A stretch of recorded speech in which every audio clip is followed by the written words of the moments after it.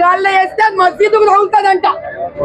శ్రీరామనవమికి గాల్లో బాణం వేస్తే మస్జిద్కు తగులుతుంది. అది దానికి FIR వేస్తారు వీళ్ళు.